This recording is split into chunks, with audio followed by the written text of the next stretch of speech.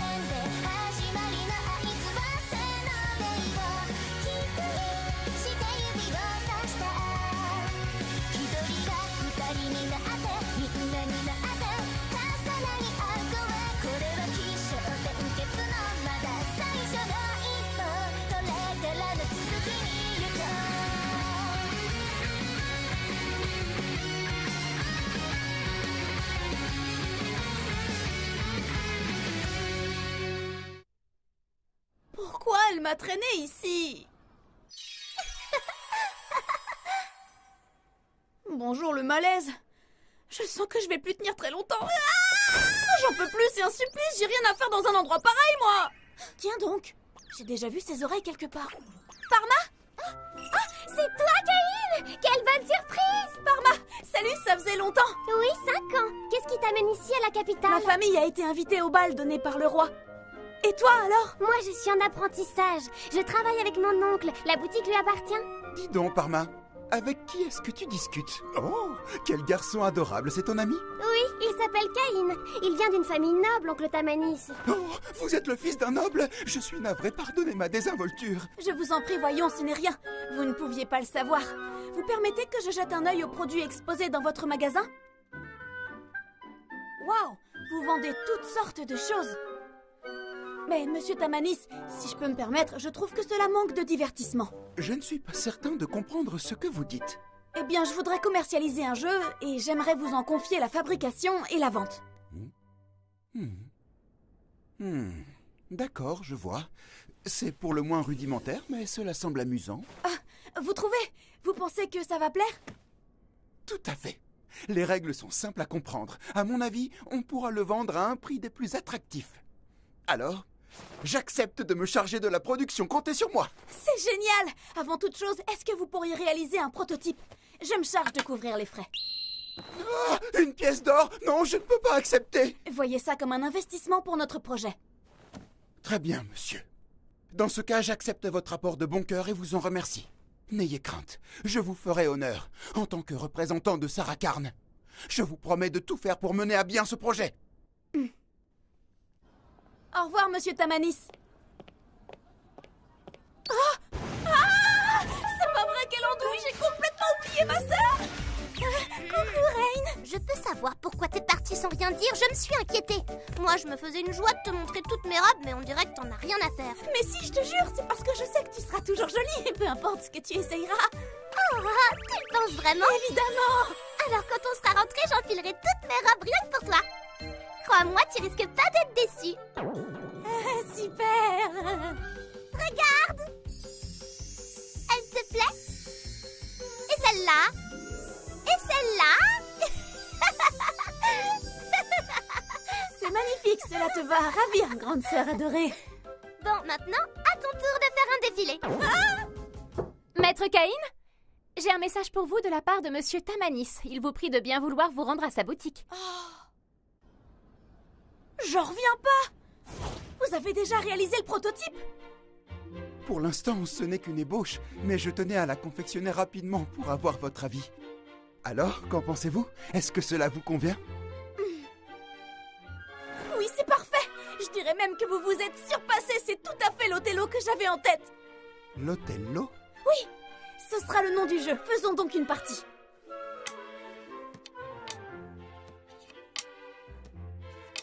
Et voilà, avec ce dernier coup, c'est moi qui remporte la victoire. Oh, Monsieur Caïn! Quel jeu incroyable! Il va se vendre comme des petits pains, ça ne fait aucun doute! Évidemment, c'est pas pour rien que c'est un grand classique que tout le monde adore au Japon. On peut refaire une partie, s'il vous plaît. J'aimerais prendre ma revanche. Ce jeu va avoir un succès phénoménal! En plus, j'aimerais proposer des plateaux différents pour les nobles et pour les clients moins fortunés. Je pense que les aristocrates et les riches marchands seront prêts à payer plus pour un modèle de luxe. Le modèle de base, quant à lui, permettra de rendre le jeu accessible à tous.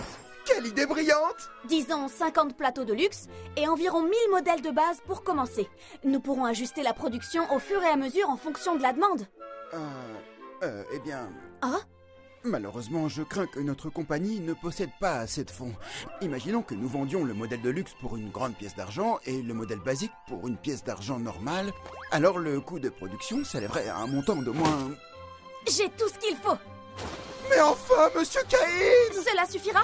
Oh, merci pour votre générosité. La compagnie Sarah Karn saura en faire bon usage. Je vous en prie, monsieur Tamanis, c'est pas la peine de vous incliner. Je me contente de fournir l'investissement initial. Comptez sur moi. D'abord, nous devons rédiger un contrat et l'offrir au dieu du commerce avec le prototype. Avec cette offrande, nous prêtons serment devant notre dieu et nous nous engageons à respecter les termes de ce contrat. En contrepartie, personne ne pourra reproduire le jeu pour une durée de 3 ans. D'accord, je vois. Très bien, allons-y. Ô Grand Paname, nous vous offrons ce jeu. Acceptez cette offrande et reconnaissez leur créateur.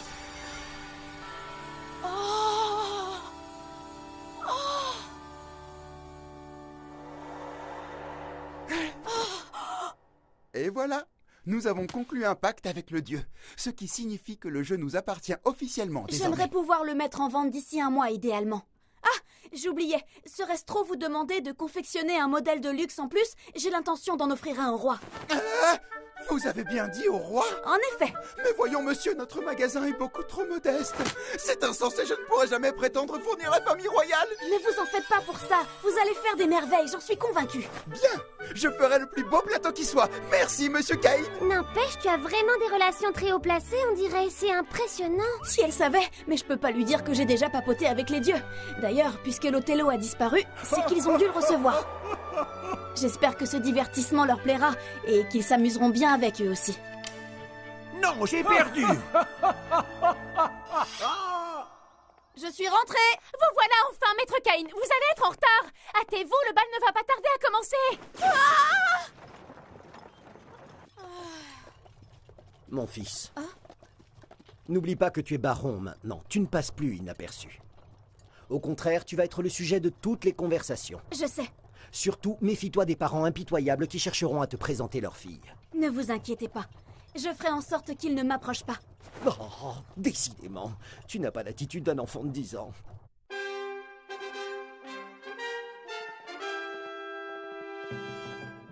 Ce bal me rend un peu nerveux. Tout ira bien, mais reste sur tes gardes. Oui, père.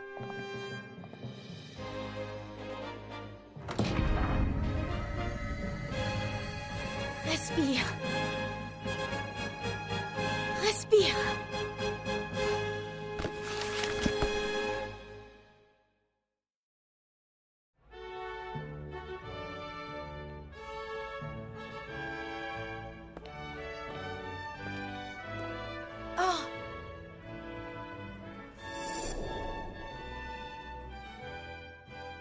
Je le reconnais, c'est le rageux de l'audience.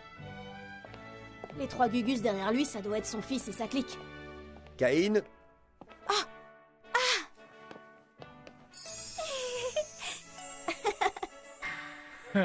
C'est quoi ce sourire? On dirait un psychopathe.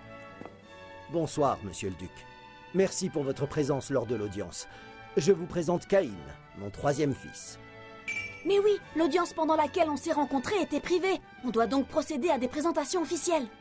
Si je ne m'abuse, tu dois être le plus jeune fils du seigneur Garm. Oui, tout à fait, je m'appelle Caïn von Silford. Ravi de faire votre connaissance. Tout le plaisir est pour moi. Après tout, vous êtes un véritable héros. Merci d'avoir sauvé ma fille. Non mais sérieux, son sourire me fait vraiment flipper là. Si elle est encore en vie aujourd'hui, c'est entièrement grâce à vous. Vous continuerez à prendre soin d'elle, n'est-ce pas? Monsieur Caïn, ravi de vous revoir dans des circonstances plus joyeuses. Je m'appelle Silk von Santana. Je tiens à vous remercier une fois de plus de m'avoir sauvé la vie, même au péril de la vôtre. Je vous en serai éternellement reconnaissante. Waouh, mademoiselle Silk, vous êtes absolument ravissante. Ce soir, votre beauté n'a d'égal que celle d'une princesse. Vraiment, ma robe vous plaît? Vous trouvez qu'elle me va bien? Je trouve qu'elle vous va à merveille. Monsieur Caïn! Silk! Monsieur Caïn! Pour son jeune âge, le baron von Silford sait un peu trop bien parler aux femmes, ne trouvez-vous pas? Eh bien, c'est parce que sa grande sœur est une forte tête. Il a dû apprendre à utiliser les bons mots pour éviter de la contrarier. Oui, si vous le dites. À plus tard, duc Eric. C'est fou, tu ne fais vraiment pas ton âge parfois. J'ai pas réfléchi avant de parler, je me suis simplement conduit comme avec Rain. Elle adore que je lui fasse des compliments. À chaque fois, ça lui fait tellement plaisir. Je suis désolée, père. Oh.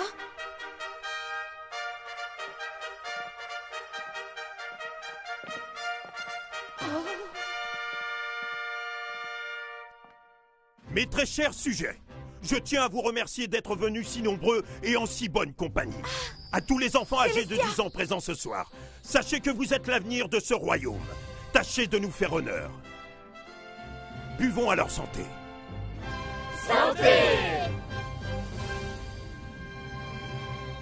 Votre Majesté, Au nom des von Silford, je vous remercie de nous avoir invités à ce bal. il convient de saluer également la princesse quand on s'adresse à la famille royale. Oui, père. Ma très chère princesse Télestia, vous êtes encore plus belle que dans mon souvenir. À votre arrivée, j'ai eu le souffle coupé, car j'ai cru voir une déesse qui nous faisait l'honneur de descendre depuis les cieux. Dis donc, Garm, je continue à penser que tu apprends à ton fils à être un coureur de jupons. Il a réussi à mettre ma fille dans tous ses états. Quel charmeur! Monsieur Caïn me trouve si belle qu'il en oublie de respirer. Il a même dit que je ressemblais à une déesse! Caïn! Le sourire du roi est légèrement flippant, lui aussi. Ah, sire, je vous ai apporté un modeste présent pour vous remercier de votre générosité. Puis-je le faire sortir de mon inventaire afin de vous le montrer? Oui, je t'en prie, bourreau des cœurs. Qu'est-ce donc? C'est un jeu que j'ai élaboré en partenariat avec la boutique Sarah Karn. J'appelle ça l'Othello. Othello, c'est la première fois que je vois un tel objet. Intéressant, nous en parlerons plus tard. Nous en profiterons également pour discuter de ma fille. J'aimerais savoir quelles sont tes intentions envers elle. Une fois le bal terminé, tu m'attendras dans le petit salon. C'est compris? Oh oui, votre majesté. Alors comme ça, tu te lances dans la conception de loisirs à présent. Dis-moi, tu n'es pas un peu jeune pour ça?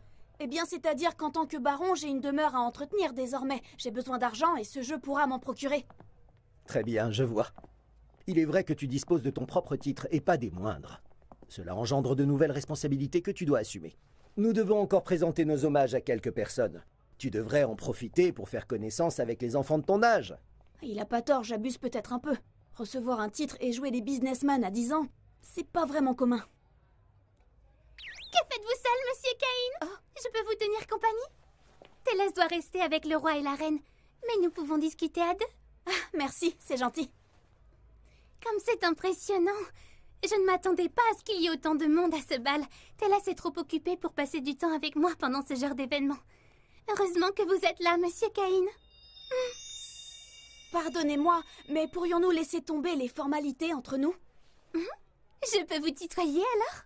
Et vous appelez Caïn, à moins que Baron Caïn ne soit plus approprié. Non, c'est pas la peine, Caïn tout court, cela suffira amplement. Ah oui? Comme tu voudras. Caïn tout court. Caïn tout court. Oh, Caïn tout court. C'est pas la peine de le Caïn. répéter en boucle non plus. Tout court. Il me semblait bien que c'était vous, mademoiselle Silk. Comment allez-vous? Si je puis me permettre, votre robe est somptueuse. Oh, vous me flattez, monseigneur. Vous savez si bien parler aux dames. Je sens qu'elle va être dingue de moi. Elle est tellement distante, on dirait une autre fille. Fiche le camp, le noblio. T'es en présence du seigneur Habit, fils du marquis Corgino, et il aimerait discuter avec mademoiselle Silk. Alors du balai! J'avais raison, c'est bien le fils de ce vautour. Dis donc, tu pourrais au moins le saluer d'abord, espèce de malotru. Ah, bonsoir, monsieur Habit. Enchanté. Comment trouvez-vous le bal? Je suis le jeune baron Caïn. Non mais tu te prends pour qui, le noblio? T'es qu'un fils de baron quelconque et t'oses l'appeler monsieur? C'est seigneur Habit pour toi, compris? Quant à nous, on est tous les deux fils de vicomte. Alors tu dois nous appeler monseigneur aussi. Ça va, pas la peine de vous emballer. De toute évidence, ce jeune homme est issu d'une lignée si pauvre qu'il n'ose même pas nous dire son nom de famille. Écoute, si tu me présentes tes excuses, je me chargerai de calmer mes compagnons. Après tout, je ne voudrais pas importuner mademoiselle Silk. Je rêve. Comment osez-vous lui parler de la sorte? Calme-toi. C'est qu'un malentendu, c'est à monsieur Habit de s'excuser. Qu'est-ce que tu racontes? Eh bien, vous avez interrompu notre discussion. Ce n'est donc pas moi le malotru, c'est vous. Espèce de moins que rien. Non seulement tu refuses de t'excuser, mais tu me prends de haut avec tes grands airs. Puisque c'est comme ça, on va régler ça dehors, dans un endroit plus discret. Oups, je sens qu'on va pas être copains, lui et moi. Bon alors, qu'est-ce que tu as prévu de faire, Caïn? T'es sûr que tu préfères pas plutôt rentrer et profiter du bal? Non, je m'inquiète pour toi, moi. Hors de question que je m'en aille. T'inquiète pas, je risque rien. Ah, mais quand même, on ne sait jamais. Arrêtez de flirter. Je suis sérieux, vous pourriez au moins faire l'effort de regarder par ici et d'écouter ce que j'ai à vous dire. Mes compagnons ici présents ont tous deux reçu la bénédiction de la déesse de la magie. Tremblez face à leur... Non, Caïn. Protège-moi, j'ai peur. Bas les pattes, éloigne-toi d'elle tout de suite. Tu vas voir ce que tu vas voir. Admire la puissance. C'est quelle main déjà, la droite ou la gauche? C'est encore plus terrifiant quand il hésite. Attention! J'en appelle à la déesse Leno. Faites que la magie en moi se réveille. Aïe, ah! Je sens la puissance de mes pouvoirs s'intensifier. Que ma magie se matérialise pour surgir des ténèbres et nous éblouir de son éclat. J'embrasse la lumière et je ne fais plus qu'un avec l'éclair. Sans la puissance, j'en appelle aux flammes. Pathétique. Ridicule. Il est sérieux? Bon, allez, à mon tour. Je vais le remettre à sa place avec ma magie. Passe-moi le grimoire.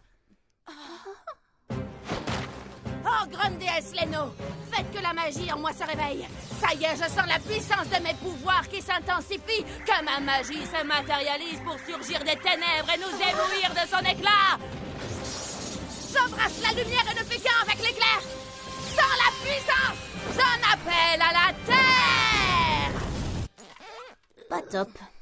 C'est pas fini. J'en appelle à la déesse Leno. Faites que la magie en moi se réveille. Stop! C'est pas bientôt fini, cette mascarade. Cessez ce combat ridicule immédiatement. Vous n'avez rien compris et vous ne savez même pas qui vous menacez. Monsieur Caïn est loin d'être un fils de baron quelconque. C'est à lui qu'appartient le titre. Vous ignorez de qui il s'agit. Ce n'est nul autre que le troisième et dernier fils du seigneur Garm von Silford Gracia. Mais vous pouvez m'appeler baron Caïn von Silford. Caïn est un vrai héros. Il n'a pas hésité à risquer sa vie pour venir nous secourir, la princesse Télésia et moi-même. Et il a terrassé une 50aine d'orques par la seule force de son épée. C'est comme ça que j'ai été fait baron par le roi en personne. Mais oui, j'ai entendu parler de lui. Il paraît que c'était un général orc qui menait la horde. Il a même reçu un titre pour sa bravoure alors qu'il a le même âge que nous. C'est donc de lui que mon père parlait. Vous êtes en présence du baron Caïn von Silford. Et vous lui devez le respect. Pardonnez-nous cet affront, monsieur, nous nous sommes emportés, mais ça ne se reproduira plus. Et si nous oublions cette histoire? Merci, monseigneur. Maintenant, si vous voulez bien nous excuser. Tu as vu leur tête, ils étaient mortifiés. Sois franc avec moi, tu savais très bien qu'ils t'avaient mal compris, n'est-ce pas? On ne dirait pas comme ça, mais en fait, tu as un petit côté vilain garçon. Je vais m'empresser d'aller tout raconter à Télès. Oh non, s'il te plaît, ne dis rien. Je garderai le secret à condition que tu m'accordes un rendez-vous. Eh oh! Qu'est-ce que vous faites? ne devinera jamais. Monsieur Caïn, vous ne pouvez pas toucher les lèvres d'une femme célibataire. C'est une infamie. Je n'ai pas le choix. Je vais devoir en parler à Monsieur le Duc Eric. Que s'est-il passé entre vous deux, Silk? Je t'en prie, réponds-moi honnêtement. Je vous assure que c'est rien d'important, princesse. Pour tout te dire, Caïn était sur le point de m'inviter à un rendez-vous galant. C'est vrai, vous avez prévu un rendez-vous galant et tu l'as appelé Caïn. Depuis quand est-ce que vous êtes aussi familiers l'un envers l'autre? À vrai dire, c'est une longue histoire. Mais c'est trop injuste, moi aussi je veux que vous m'invitiez à un rendez-vous galant. Elle est trop mignonne, on dirait qu'elle a de la brioche à la place des joues. D'accord, si vous voulez. Je vous inviterai aussi à un rendez-vous, princesse. Et où comptez-vous aller pour ce rendez-vous? C'est un rendez-vous galant, père, c'est donc à Monsieur Caïn d'en décider.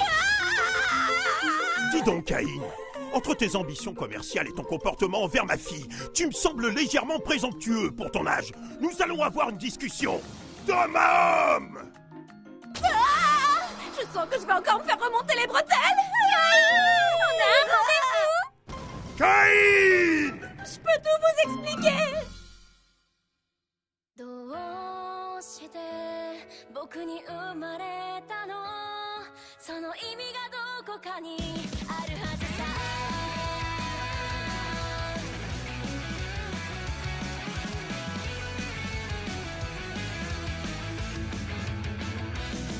絶対に神様も気まぐれそんなんじゃないよ翻弄される僕を見て笑ったって構わないよ